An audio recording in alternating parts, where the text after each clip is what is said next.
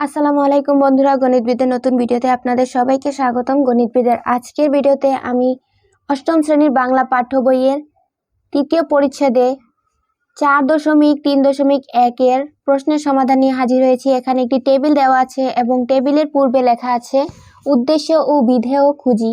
নিচে বাক্যগুলো পড়ো। প্রথম বাক্যটি হচ্ছে সিনথিয়া বই পড়ছে। দ্বিতীয় বাক্যটি হচ্ছে পাখিগুলো গাছের ডালে বসে সুমধুর স্বরে গান করছে। তারপরের বাক্যটি হচ্ছে সাদা কালো ডোরাকাটা জামাটি ছিঁড়ে গেছে। তারপরের বাক্যটি হচ্ছে আমাদের স্কুলের প্রধান শিক্ষক এদিকেই আসছেন। এবং লাস্টের বাক্যটি হচ্ছে সেলিম সাহেবের ছেলে পিয়াস সুন্দর হাতের লেখা প্রতিযোগিতায় পুরস্কার পেয়েছে। উপরের বাক্যগুলোতে কাকে উদ্দেশ্য করে বলা হয়েছে তা বাম কলামে লিখো, আর তার উদ্দেশ্যে কি বলা হয়েছে তা ডান কলামে লিখো। প্রথম বাক্যটি করে দেখানো হয়েছে। এখানে দেখুন দুটি কলাম দেওয়া আছে। প্রথম কলামটিতে হচ্ছে কাকে উদ্দেশ্য করে বলা হয়েছে। এখানে প্রথম বাক্যটিতে খেয়াল করবেন সিনথিয়া বই পড়ছে। এখানে সিনথিয়াকে উদ্দেশ্য করে বলা হয়েছে, যার কারণে কাকে উদ্দেশ্য করে বলা হয়েছে সেই কলামে সিনথিয়ার নামটি লেখা হয়েছে। এবং কি বলা হয়েছে, এখানে বলা হয়েছে যে বই পড়ছে। সো এখানে আনসারটি হবে বই পড়ছে। তারপরের আনসারগুলো আপনারা কিভাবে লিখবেন আমি বলে দিচ্ছি, আপনারা এখান থেকে দেখে জাস্ট নোট করে নেবেন। তারপরে বাক্যটি হচ্ছে পাখিগুলো গাছের ডালে বসে সুমধুর স্বরে গান করছে।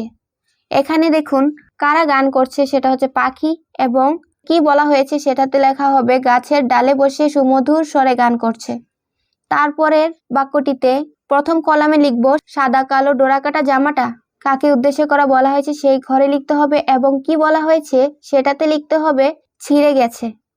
তারপরটাতে লিখব আমাদের স্কুলের প্রধান শিক্ষক, এটা হবে উদ্দেশ্যের ঘরে, এবং কি বলা হয়েছে সেটাতে লিখতে হবে এদিকেই আসছেন। তারপর লাস্টের বাক্যটি হচ্ছে সেলিম সাহেবের ছেলে পিয়াস সুন্দর হাতের লেখা প্রতিযোগিতায় পুরস্কার পেয়েছে। এখানে উদ্দেশ্যের ঘরে লিখব সেলিম সাহেবের ছেলে পিয়াস, আর কি বলা হয়েছে সেই ঘরে লিখব সুন্দর হাতের লেখা প্রতিযোগিতায় পুরস্কার পেয়েছে। এখানেই এই ছকের সমাধান শেষ। আশা করছি আপনাদের এই ছকের সমাধানটি কিভাবে লিখতে হবে তা বুঝতে কোনো অসুবিধা হয়নি।